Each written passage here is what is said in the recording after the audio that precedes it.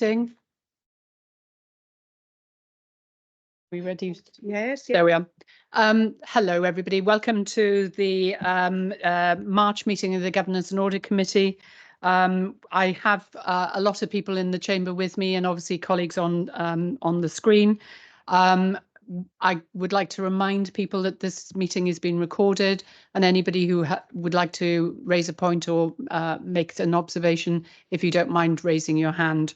Obviously, mobile phones to be switched off. And please, if you don't mind switching your sound off if you're not actually taking part in any particular part of the meeting as we go ahead. So next item is declarations of interest. I have no declarations. I'd like to know whether or not any of my colleagues do. Thank you. Councillor Rogers. Thank you, Chair. I'd like to declare an interest in item 11, which mentions, I think it's item 11, just check. But, yeah, item 11, which mentions Pale Road. I've been involved in negotiations with on a personal interest on this one for quite a number of months. Okay, thank you. Thank you. I think actually, Councillor, it might be agenda item 8, but I stand to be corrected. So any other declarations? Councillor Carpenter. Thank you, Chair. I've got an interest in the sense that I'm a governor at Melin Primary School, and that comes up on agenda item 10. Thank you very much indeed. Chair, and Councillor Campbell, you've got dispensation to speak and vote on that one. Thank you. If any declarations need to be made during the course of the meeting, please identify the topic and we'll make sure that officers send the relevant paperwork over. So moving on, we've then got the minutes of the previous meeting, which are pages 5 to 16. I know that there are likely to be a couple of points that people want to raise. I'd like to start off by mentioning the fact that we as Governance and Audit Committee members and officers attended some training. The training took place on the 13th and 19th of March, and it was run by the Welsh Local Government Association.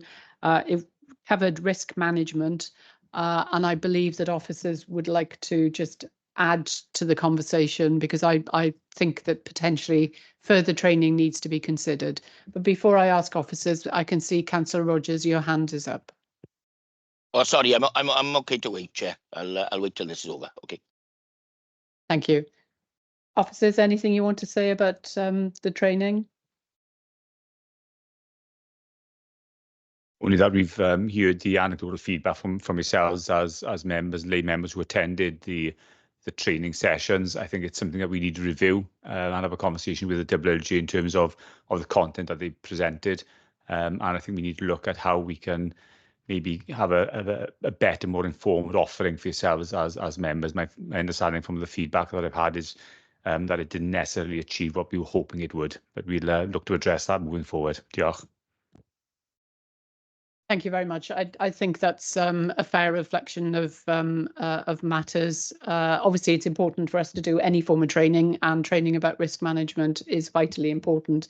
But it needs to ensure that it is fit for our purpose within Neath Talbot County Borough Council, but also properly covers the fact that we are members of an audit committee that sits in Wales, so it needs to reflect a Welsh agenda, not particularly being focused on matters to do with England. So I think that's the only observation I'd like to make.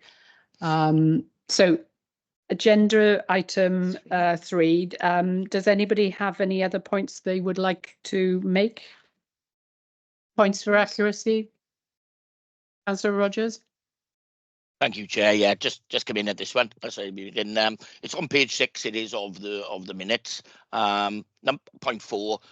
Following the review of the effectiveness of scrutiny arrangements, we've set up a task and finish group. We've reported back to Cabinet, and I'm delighted to say in Council yesterday that that we had unanimous support to change our setup for our scrutiny, and from the new civic year we'll be adopting a new system. Thank you. Excellent.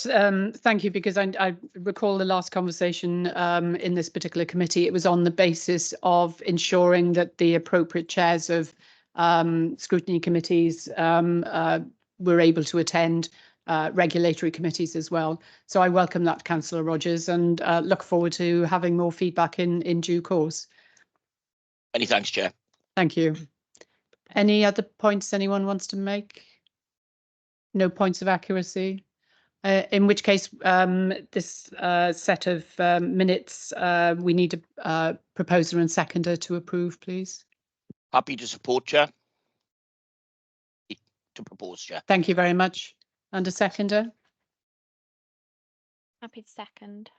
Thank you, Councillor Grimshaw.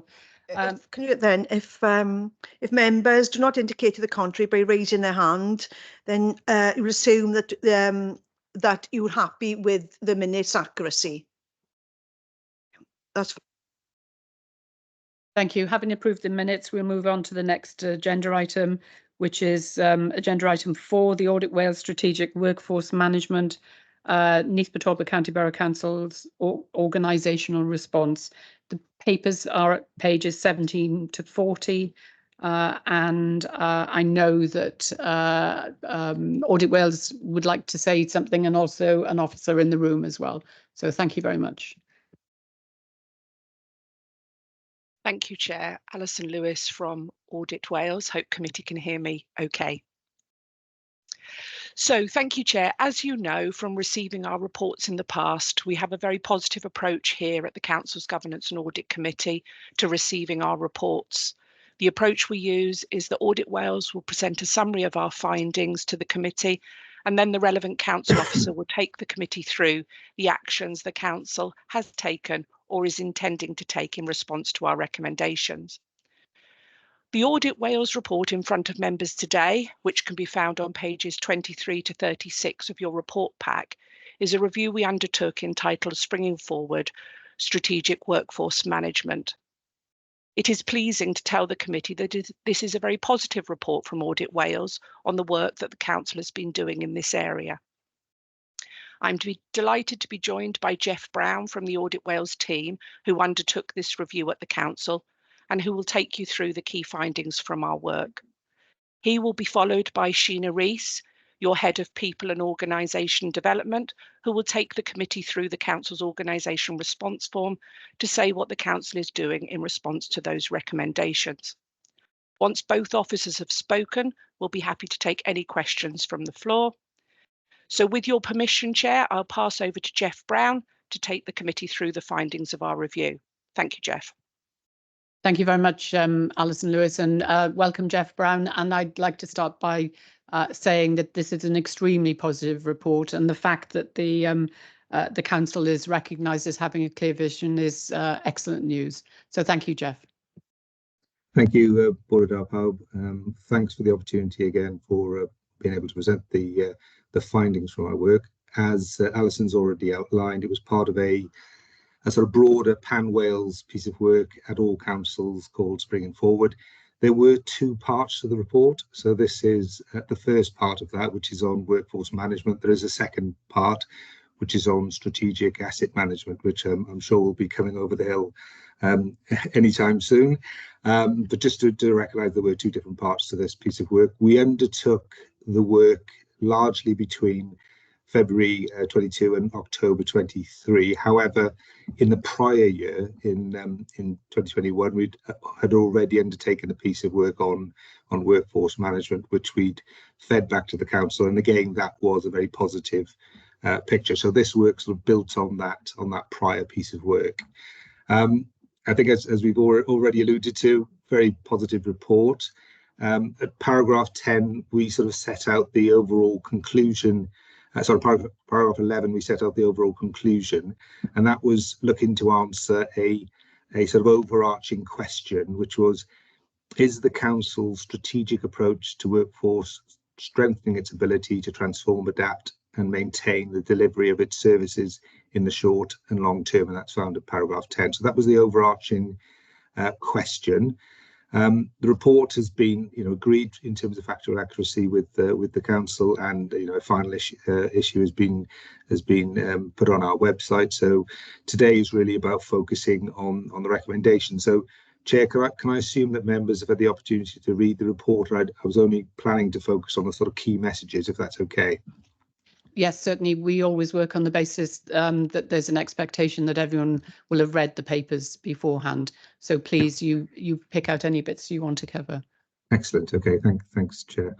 So the overarching conclusion from our work, as we said, is positive, which stated at paragraph 11, the council has a clear vision in its workforce, or for its workforce rather, strengthened by its work with its partners.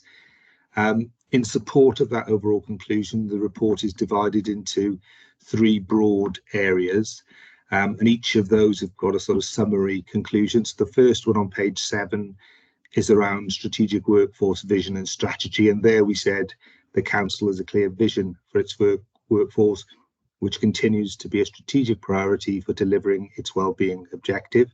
So that's the first area. The second area was around strategic workforce planning and delivery, and there we concluded that the council has a clear workforce planning approach, strengthened by its work with partners. However, it does not have succession plans or identify business critical roles for all service areas. And the final area, page 11, was the area on governance and monitoring. And there we concluded that the council has proactively learned from others and is developing a broad range of workforce measures. So those are the broad areas. I'm not intending to go through all 3 sections in detail, but probably would draw your attention to probably 2 examples of where we've had identified positive practice. So the first of those was on paragraph 15, and where we said that the council continues, so the council's workforce continues to be a strategic priority. So again, recognising that workforce or people was a key enabling programme within the council's strategic workforce programme, and I guess as part of that, we felt that actually workforce was had a sort of sufficient strategic profile because of that where it was placed within the strategic change programme. So that's the first area. The second area that I would just draw your attention to is around, I guess, the fact that you've been proactively identifying areas for improvement already within workforce management. So that's at paragraph 26, where you've already done a lot of work with CIPD to benchmark yourselves against other public sectors, and we thought that use of external independent professional assessment helped you focus on the areas that you needed to improve. So you've already done quite a lot of work in that area. So I just wanted to draw your attention to those two positive areas. Clearly the report has got a number of recommendations within it, so that's on page 6, and I guess those recommendations are the sort of crystallization of the areas that the key areas anyway that we felt that you needed to focus on in terms of improving and building on the good practice that you've already been making in this particular area. And again, I'm not going to go through them all in detail because I'm sure they're going to be covered in the next conversation where we have that we consider the sort of areas that and how you're responding to these recommendations. So the first one is around succession plans for all business critical roles. The second is making sure that your measures are not just on inputs but also on outcomes and impact. The third one is around continuing that good practice benchmarking that you've already started with CIPD. And the final one was around the effectiveness of the organisational delivery board and making sure that has got oversight of workforce planning and how that interrelates to the other sort of strategic drivers within the health board. So those are sort of 4 broad brush areas. As I said, for me, that sort of concludes what I wanted to say, Chair. And as I said, a very, very positive report, and I'm assuming I'll hand over to Sheena, or I'm happy to take any questions if anybody's got those. Maybe if we hand over to Sheena next, and then we can come back to questions. I think that's probably a better way of doing it. Thank you. Thanks, Chair, and thanks, Alison and Jeff, for the work that you've done on this report. We've really welcomed the advice and input from Audit Wales. So Jeff has referred to the earlier review that was taken as we were coming out of the pandemic, and the advice and guidance that we had from Audit Wales in that earlier report has informed our approach to strategic workforce planning. We take a very open approach to the feedback that we get. We view all feedback as useful feedback, and Audit Wales have very much taken the role of critical friends to us as a service. So thank you for the input that you've had. In terms of the recommendations, so the first recommendation is very much around succession planning, identifying business critical roles.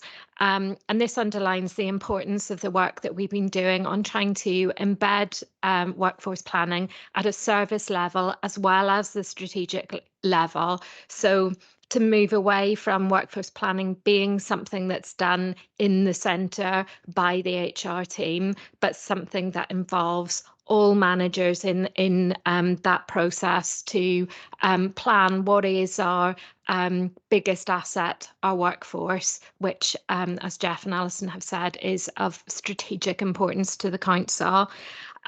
So at the time of the audit, we had around 50% of our services had succession plans in place. I viewed that as a positive at the time. So Jeff and I did have a conversation around the fact he said only 50%. I said, no, 50% is 50% better than we had this time last year. So I did think it was good progress. Since the report has been written, that has moved on a little bit. So we're at around 75%. So that's the numbers. In terms of the quality, it varies a little bit. So we have been reviewing the plans that have been submitted. We've been reviewing the toolkit that we have in place. So we want to make that more user-friendly for two reasons. One, because we think the more user-friendly it is, the more likely people will be to actually use it. And two, to help shape the quality of those plans. So that's where we focus the work. We've put a lot into training our managers around succession planning as well. So we're going to continue with that. That will be an ongoing process. But we do welcome that recommendation because I think it does underline what we have been trying to do. In terms of the next three recommendations, which are around governance and monitoring, I think Audit Wales have asked us a really important question, which is the so what question. So we traditionally have been able to measure our outputs. We've recently carried out a review of year one of the delivery plan of the strategic workforce strategy, and we can say with confidence that we have done what we said we would do. So our outputs are there, but so what? So what has been the impact of those outputs? And that's the question that Audit Wales are challenging us to answer.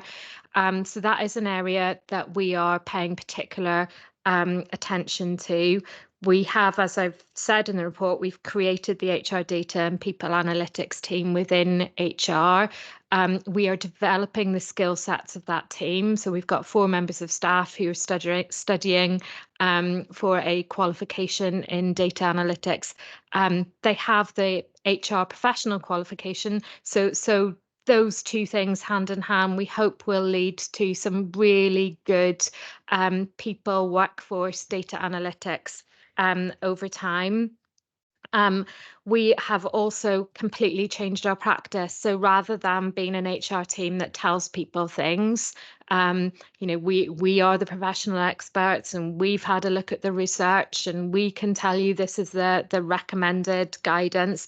Actually, we're investing a lot more time in focus groups, in surveys, and in talking to the people that are impacted by the work that we do. And that is really shaping our work in a different way. So we completely take on board that I think it's a challenge that Audit Wales have given us, but it's a challenge that we're really up for because I think it's something that's really important for us to say back to the council. Not only have we done what we said we'd do, but what we're doing is making a difference and that difference is positive. So it's a work in progress. In terms of benchmarking, yes, we have found the work with CIPD really valuable to us. It's brought us a lot of attention and a lot of, being nominated for awards and things like that, which is really lovely. But actually, the really important point of it is that we can measure up how effective we are as a team. So the CIPD have shown us where our strengths are, but they've also shown us where I'm not going to use the weakness word, where our areas are for improvement, and we find that really useful. We're hoping to join in on some benchmarking work that's going on in local government across Wales. So I'm meeting with the head of workforce next week from WLGA to talk about that further. So the CIPD benchmarked us in a very broad way against the public sector. I think it would be very useful if we can do some local government in Wales benchmarking. So that is a work in progress. And then in terms of the organisational delivery board, so working with Noelwyn Daniel, the corporate director for strategy and corporate services, we have put in place a refocused organisational delivery board. We've reviewed the terms of reference for that board, and one of the things that we're going to be doing is looking to increase the membership to involve stakeholders in that board, which haven't been there to date. So I think that will be helpful moving forward. That's all I want to say, Chair. And if there are any questions, I'm more than happy to take them. Thank you. Thank you very much. Obviously, this was an interesting document, and the fact that it focuses on a workforce who obviously everybody gets older day by day, but obviously there is a workforce that is predominantly of a certain age and above is obviously an interest to us as a governance committee. You mentioned under the recommendation to do with workforce governance and monitoring, the so what question. I suppose in a way that makes me think, well, as a governance and audit committee, we should be saying, so keep telling us where your improvements are getting to, because I think we will need to make sure that we understand that the business is supported really. So I know that we have one hand up, and we may have some more questions, because succession planning obviously was one of the things people were interested in. So Councillor Richards. Yeah, diolch yn fawr iawn. Thank you very much, and especially to Alison and Jeff for joining us from Audit Wales, and thanks very much for the report as well. Also, massive thanks to the Neath Talbot team and Sheena and all the wider team for all of their work. The Audit Wales report does highlight both strengths and as Sheena mentioned, areas for improvement in Neath Talbot Council's workforce management. And while the council has a clear vision, as Jeff outlined, there are some gaps such as the lack of succession plans and business critical roles. So the council's response to the recommendations, shows a commitment to addressing these areas with plans to embed succession planning, develop outcome-focused measures, and enhance governance and oversight structures. However, the success of these initiatives will depend on effective implementation and monitoring, ensuring alignment with the Council's long-term objectives and sustainable resource allocation. Jeff mentioned this in his summary, but I just want to question a little further to our officers. And Sheena, you mentioned this. I was going to ask how the Council planned to ensure all services have succession plans and identified business critical roles. But just to elaborate on the Council's Council's plans to involve all managers, not just HR, in the strategic implementation of succession plans. If you could elaborate on that. But also, you also mentioned that 50% of services currently have succession plans, and then that increased to 75% since the report, which is great. but what measures are being taken to ensure that the remaining services also have succession plans in place? And then you also mentioned that the quality of the succession plans varies. So how does the council plan to ensure consistency and improve the quality of these plans across all services? And can you provide more details on how the toolkit will be made more user-friendly and how managers will be trained to shape the quality of the plans? Diolch yn fawr. Thank you very much, Councillor Anthony Richards. Interesting set of questions and very focused set of questions. Thank you very much. Okay, thanks, Chair, and thanks, Councillor Richards. To give you a bit more detail about what we're trying to do to engage managers more in relation to succession planning. I think the training approach that we've taken is something that we're going to continue. So the workshop that we created isn't a traditional training session where somebody stands at the front and talks a lot. What we do before the training session, we actually provide accountable managers with a detailed workforce information report for their service. So they have lots of data at their fingertips.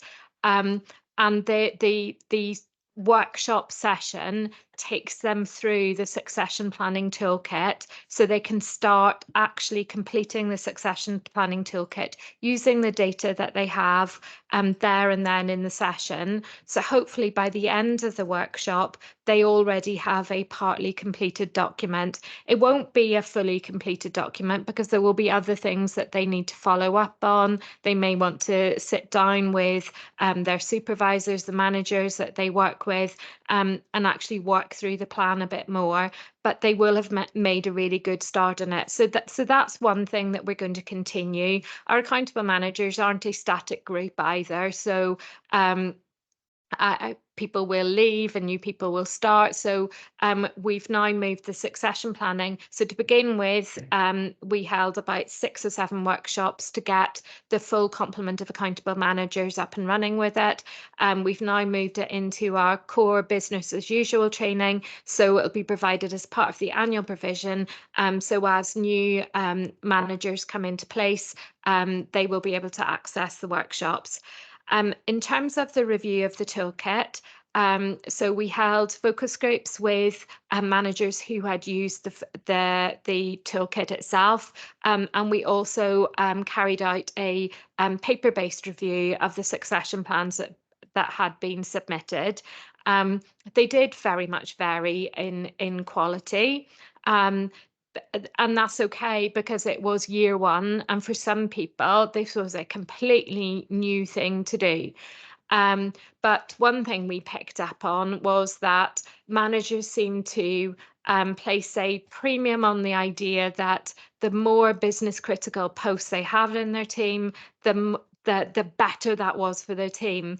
And that's not actually what we're trying to do. We're trying to identify the business critical roles that we need to have actions in place to deliver those future skill sets for the council. It's not saying whether a job is important or not in terms of the business, because all jobs are important. So we focused on that in terms of the revised toolkit. We've actually produced it as an interactive spreadsheet.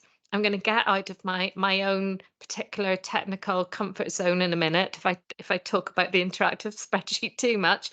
But it has drop downs. It will also partly pre-populate for accountable managers. So, for example, all their employees will already be populated in the spreadsheet for them. So it will be much easier for them to reference what their pool of people is. Now, for some managers, they have hundreds of people, so this could make a really, big difference for them. And they'll also be able to very easily replicate parts of the spreadsheet on other parts of the spreadsheet. That's not a very clever way of saying that. So, for example, if they know that they've got people who are approaching possible retirement age, they can list what their skill sets are And then under another question within the spreadsheet, which is what skill sets do you need to plan for in the future, those skill sets will move over. So we're hoping that that will make it much easier for managers and also more meaningful. So the spreadsheet itself will help them develop their plan. So we'll continue to monitor that.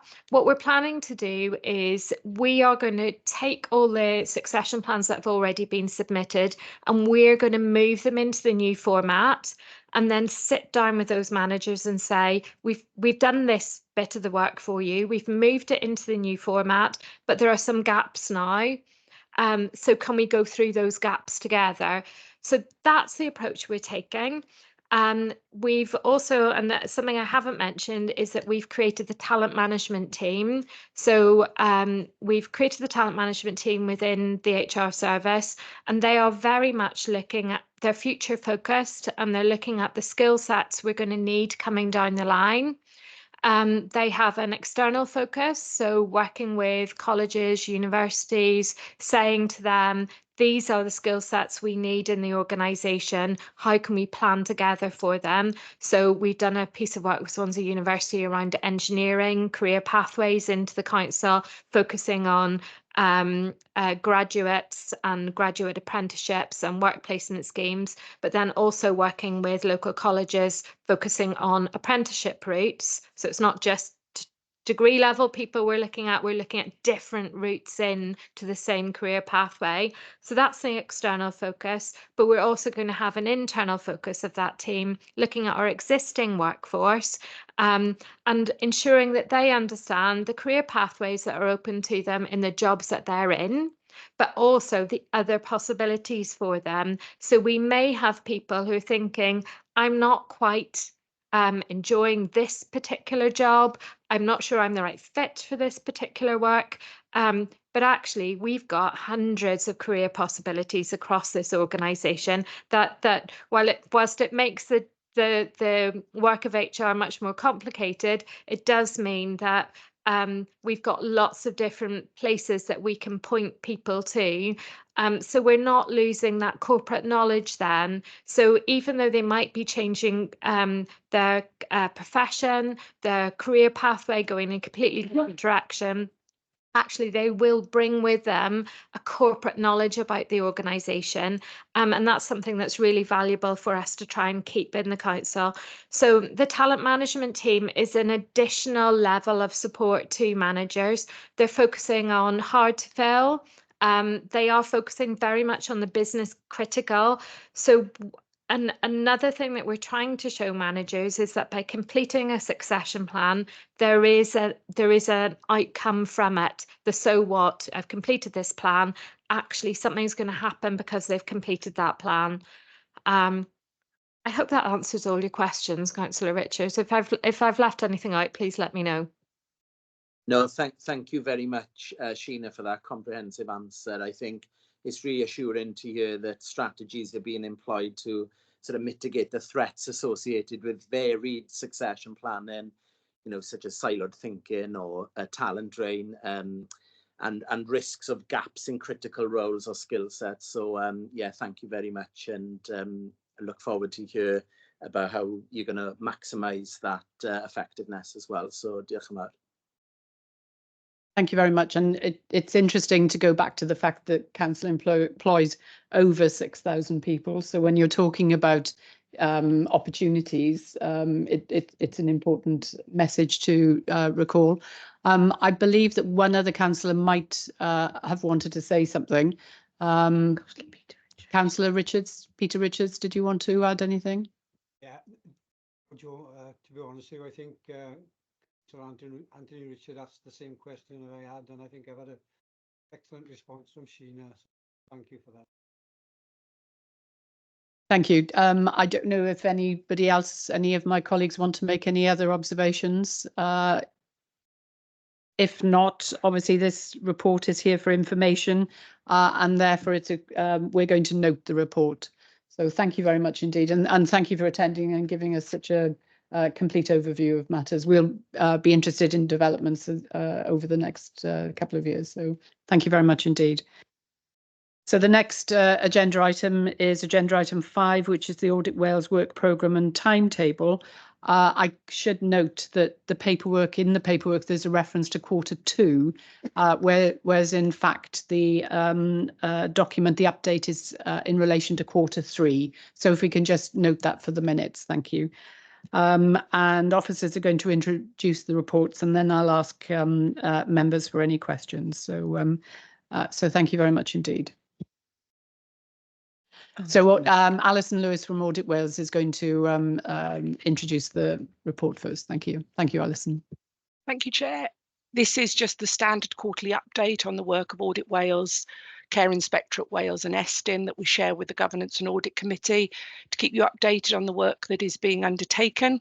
Obviously, this was up until December 2023.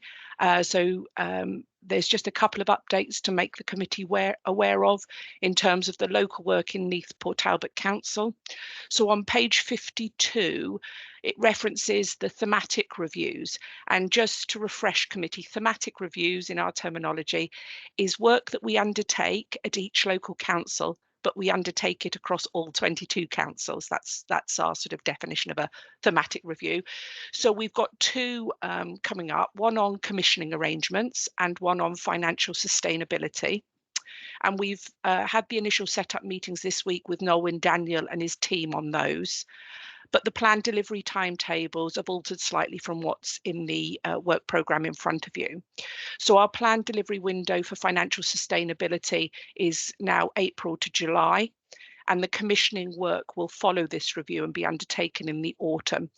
And that's because there is, in order for our work to add value, we want to get the financial sustainability work done in all the councils now so that we can pull together potentially the more important part, which is that national picture, in order to feed into Welsh Government around what we're seeing in terms of the financial position across local government and where the challenges, etc., lie. So we think that the earlier we can do that to feed into the narrative of budget planning going forward makes that more of a priority.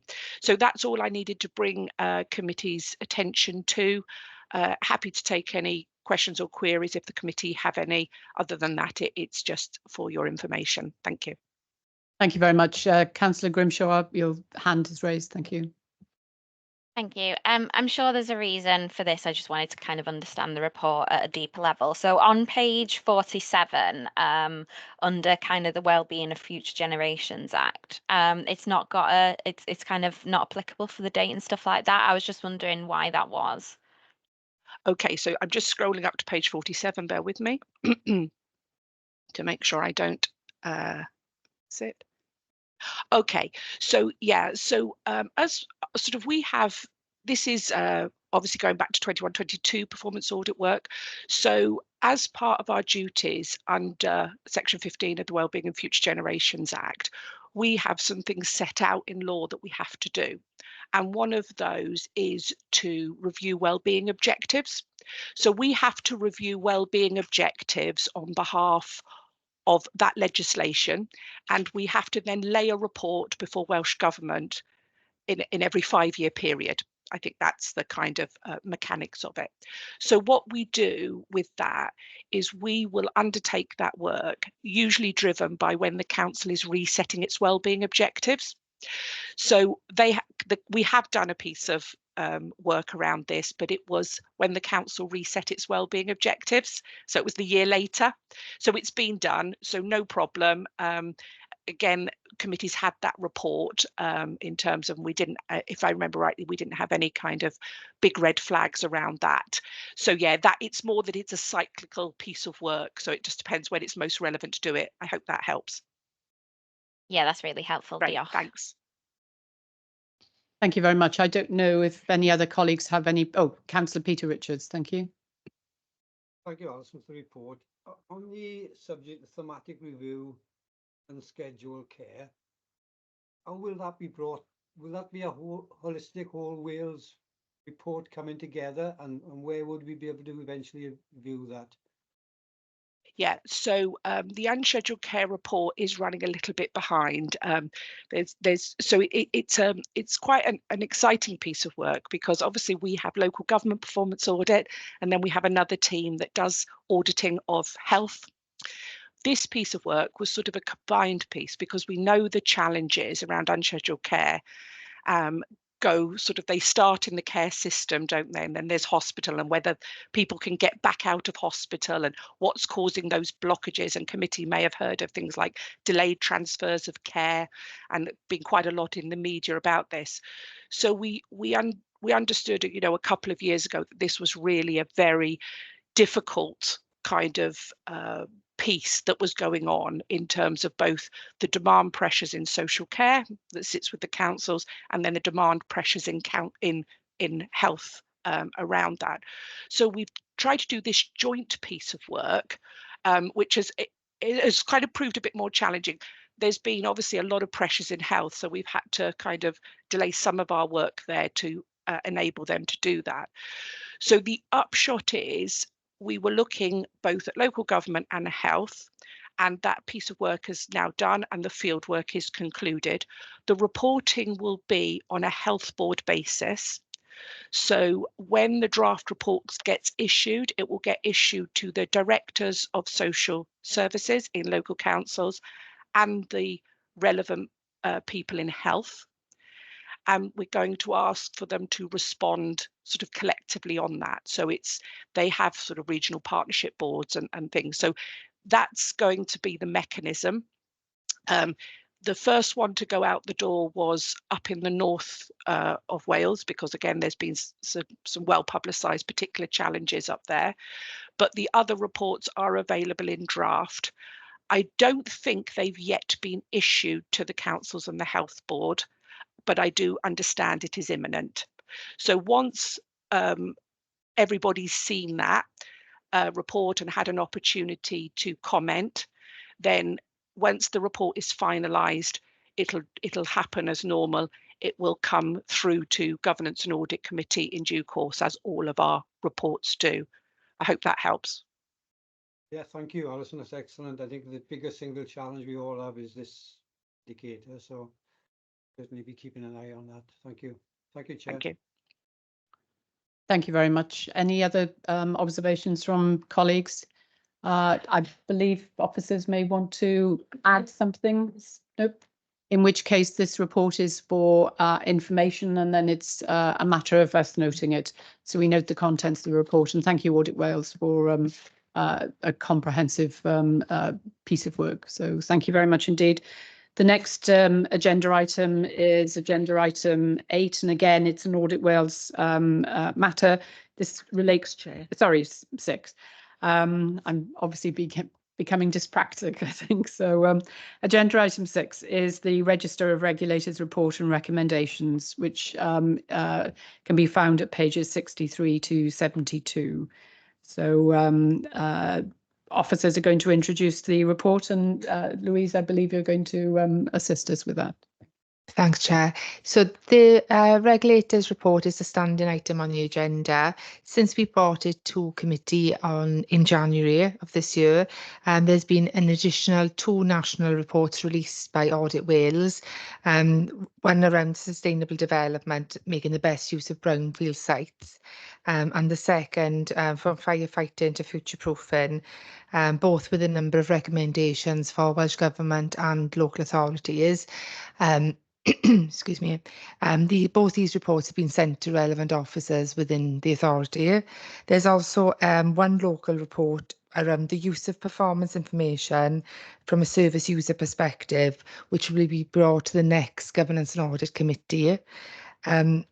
Just to note as well, this is going to Cabinet on the 17th of April. There is a typo on page 66, which references 17th of March, so I do apologise for that. We'd also have noted comments from previous Governance and Audit Committees around the recommendations and how we are addressing those. So this piece of work will be ongoing over the next couple of months, and also making it easier for members of the committee to view our recommendations, the progress and you know, all the making sure it's easily accessible on your iPads and throughout the papers. So that's happy to take any questions, Chair. Thank you. I know that the ease of use is going to be a continuing conversation, and I'm sure things will develop certainly in the next 6 months and then many years to come. But we can see progress already. So thank you very much. And Councillor Rogers, I can see your hand is raised. Thank you, Chair. Yes, it's regarding the first one, the national reports, the sustainable development, making the best use of brownfield land and empty buildings. I note from page 64 that within the report on page 30, it says we intended to also include Neath Talbot. However, it did not wish to take part. I think that's highly critical when you read the reasoning behind why it was a case of them not being able to take part due to capacity problems, rather than not wishing to take part. I think it's slightly different. I think that's too critical, I think, because it hasn't taken account of the situation at the time with all the new ventures that were coming into the council all at the same time. So, you know, I'm a bit disappointed about the wording on that one. That's all. You know, that's my to Audit Wales, really. I think that's a little bit too critical. Thank you. Thank you, Councillor Rogers. Louise, you want to respond? Thank you. Thanks, Councillor Rogers. We have noted the content of the report. An email was sent to Audit Wales explaining why we weren't able to take part due to capacity and the other things going on at the time. We have since Alison has taken over in her role, we have flagged that email to Alison again, and she is speaking to colleagues to make sure that the wording is expanded on, rather than we just didn't want to take part. So there are conversations going on within Audit Wales, and I'm not sure whether Alison wants to add anything there. Yes, really just to reassure committee, I went back to the report author and flagged this, and you know, that really wasn't their intention. So it wasn't meant to be a slight, it was meant to be a statement of fact. If they said, well, why, when Neath has had so much, why did you not choose to invite Neath to do it? And what he was trying to say, yeah, we did, but they didn't wish to take part. It wasn't meant as a criticism. So again, too late to be changed on this occasion, but I've asked them to reflect on that, and they will do in future. But yeah, please, it wasn't intended as a criticism. I think it's just one of those things. It was just trying to be clear that we had sort of made the offer for Neath Talbot to take part. So yeah, we will learn from that, and I have fed that back, and apologies if committee read it that way. Thank you. Many thanks both. Thank you very much, and obviously our minutes will reflect that development. I believe that Councillor Grimshaw wanted to mention something at this point. So Councillor Anthony Richards, if you bear with us a second, please. So Councillor Grimshaw. Diolch. Yeah, again, I think it's just kind of an explanation of the report rather than an actual issue with the report itself. So it mentions the equality strategy. Sorry, I'm just trying to find the page now so I can help you. Page 71, the Audit Wales Equality Report. So within that report, there are recommendations. I just wanted to understand why in the column it then says next to it, no recommendations listed, if that was okay.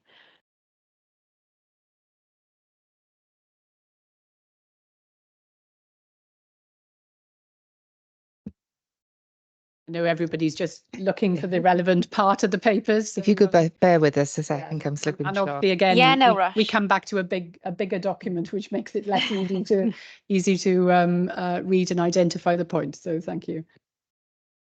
Just to assist, it's the first one, first blue one down on page 71. It is.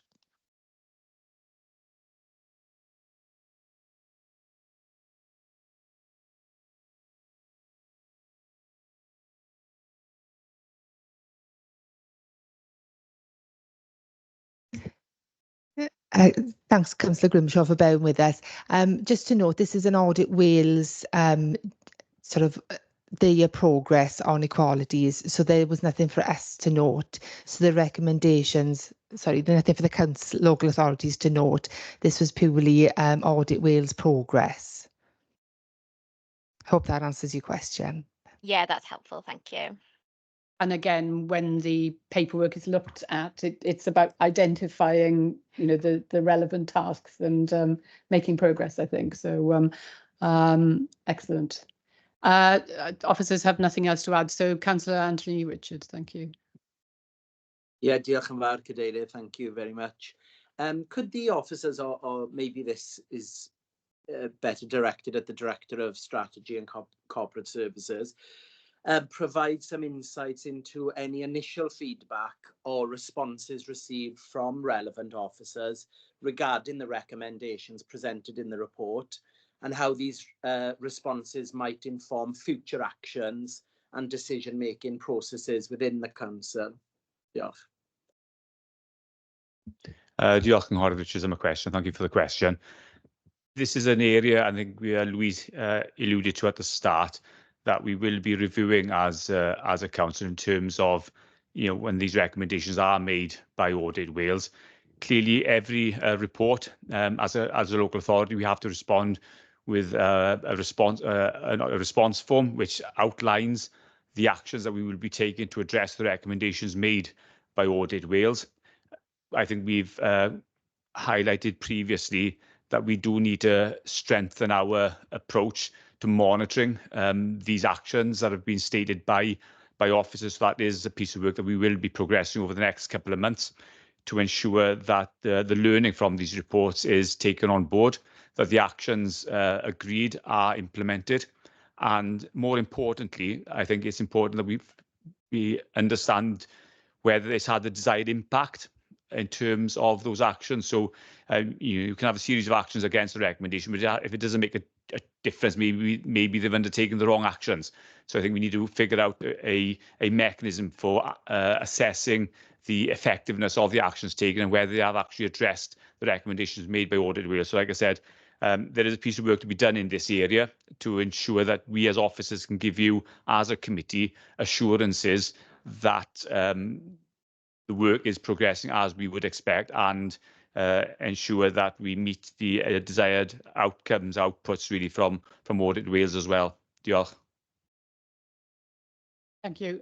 Maybe as a follow-on from that, is that something that will be reported back to this committee at the next time this particular set of papers is in front of us? I just think it's important that we're aware of progress and maybe if there is any slippage.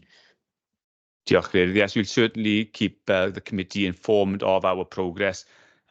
As I said, it's at the moment a capacity issue within the team in terms of the timescales for us to undertake that review with the other pieces of work that we are prioritising at the moment. However, this is an important piece of work, and we will also, as Louise alluded to earlier, be looking at a better way of presenting this information to yourselves as a committee as well. I appreciate maybe there are improvements that we could make in this area, so we will certainly keep yourselves informed, Chair, in terms of how we are progressing with that particular review. Diolch.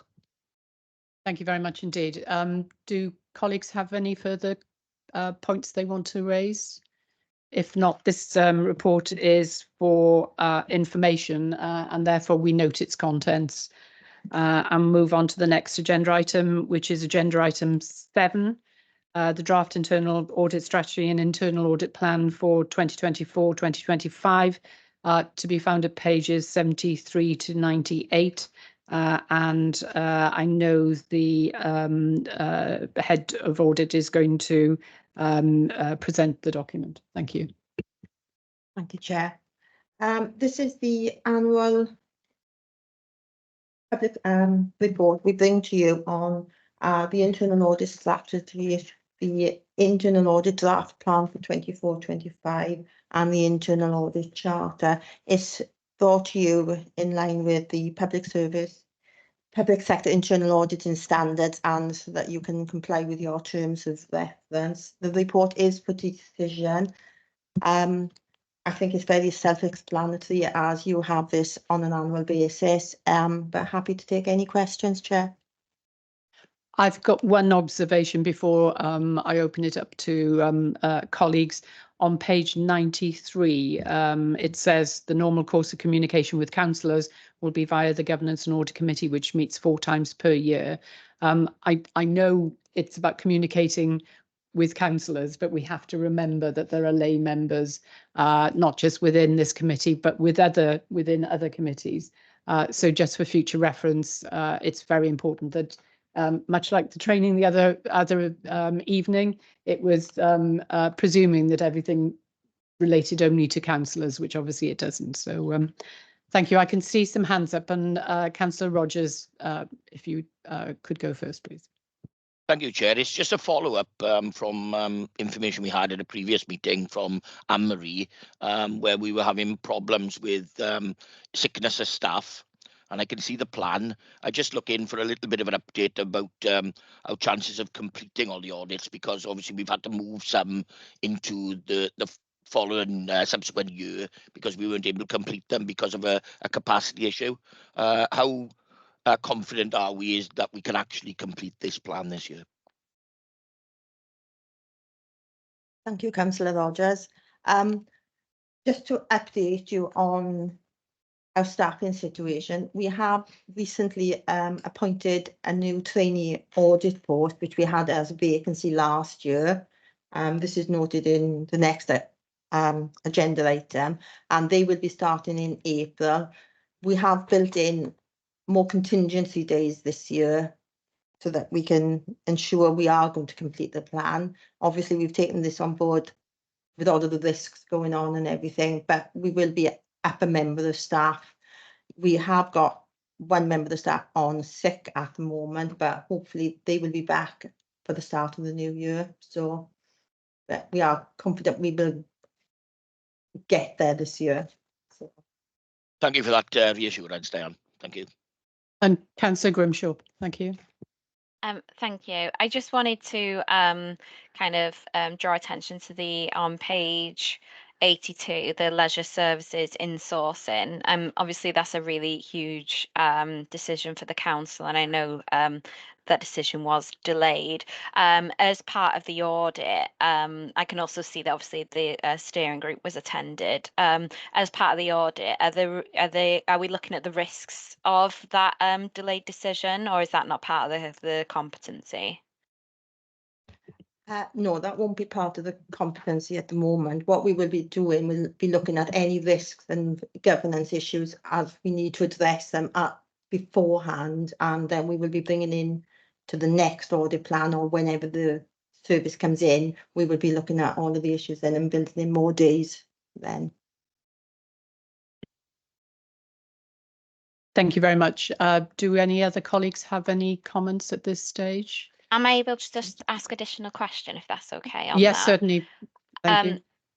If it's not for kind of audit, are there any mechanisms, and I appreciate you might not be able to answer this question, but if it's not for audit, are there any other mechanisms that we are looking at the consequences of the delay?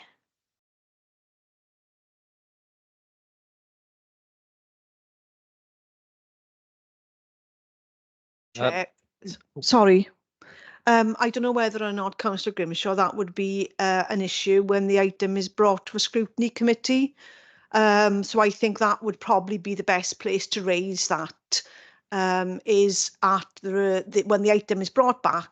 That would be then perhaps your question at that point. I don't know whether who wants to add any more. Well, I was just going to refer the question to the Director of Education, if I'm honest, Chair, because I'm not in a position to answer that at the moment, sorry. There we are. Thank you, Councillor Grimshaw. I think obviously it's appropriate for it to be discussed in other venues at this stage. So, and I believe that another officer, the audit manager, wanted to mention something as well. Thank you. Thank you, Chair. Just in respect of Councillor Grimshaw's question, the agreement around the internal audit sections and involvement with the leisure insourcing was that we sat on the programme board to provide advice on current governance and audit risks as the process evolved, and to undertake any specific pieces of audit work as requested by the programme board. Thank you, and I think that's an important sort of confirmation of the position. So Do colleagues, any other colleagues have any points they want to raise? Obviously, this is a document that is here for decision. The recommendations can be found on page 75. The recommendations refer to the 3 appendices. The first one is to approve the draft of Appendix 1. Second, to approve the draft to be found at Appendix 2. And then the third one is to approve the updated internal audit charter at Appendix 3. Could I have a proposer and seconder, please? I'm happy to propose it, Chair. Thank you. Happy to second, Chair. Thank you. Thank you both. Members, if you do not indicate to the contrary by raising your hand, then I will assume that you are in favour of the recommendations. Chair, there have been no indications of the contrary, so that item has been approved. Thank you very much indeed, in which case we'll move on to the next item, which is the item to be found, agenda item 8, the Internal Audit Quarterly Update Report, pages 99 to 112. And I believe that the Audit Manager is going to, no, apologies, Head of Internal Audit is going to present the document. Thank you. Thank you, Chair. This is the quarterly monitoring report that we bring to you. This one is covering a period of January and February this year. Since we last reported, we've issued 6 formal reports, all bar one of them receiving an assurance rating of substantial or reasonable, with one which can be found on page 106 of the pack receiving a lower rating. That report does have the response from the Engineering Services Department for you to consider, and that is found in Appendix 3 on page 111. As I stated earlier, we have continued to be impacted by sickness and the vacancy, but hopefully we've had one member of the staff back from long-term sick, then the other one is off at the moment and hopefully we'll be back soon. And as I said, we've appointed the trainee post, which will be commencing in April. Happy to take any questions, Chair. Thank you. I'd like to make one observation, and it relates to the paperwork found on page 111. Obviously, it's the response from the Head of Engineering Services relating to report number 50. It covers the topic, but I think in future, when we do get written reports from senior officers in respect of a limited reassurance, it would assist the committee if we had a more fulsome response. There's nothing wrong with this. It's just that I would have had a number of questions because obviously there's reference to accountable managers. It would help if we knew how many accountable managers we were talking about and those sort of topics. And I know that obviously my understanding is the new iTrent system will allow training needs and gaps to be identified. I don't know if any officers want to add to that point. In which case, do colleagues have any points they want to raise? Can't see any questions there. Thank you very much indeed. Obviously, this report is here for information and therefore we note the contents of it and move on to the next agenda item, which is agenda item 9. My understanding is, unless officers indicate otherwise, that there are no urgent items for us to discuss at this point. Yeah, no urgent items, Chair. In which case we then move on to agenda item 10, which is the topic of access to meetings. Under the relevant sections of the Local Government Act, the public will be excluded for the following items of business, which involve the likely disclosure of exempt information. I will need a proposer and seconder for us to move into private session. Happy to propose that, Chair. Thank you very much, Councillor Rogers. Thank you, Councillor Carpenter. Members, if you do not indicate to the contrary by raising your hand, then I will assume that you are in favour of the recommendation, and therefore we will stop recording the meeting. So thank you very much,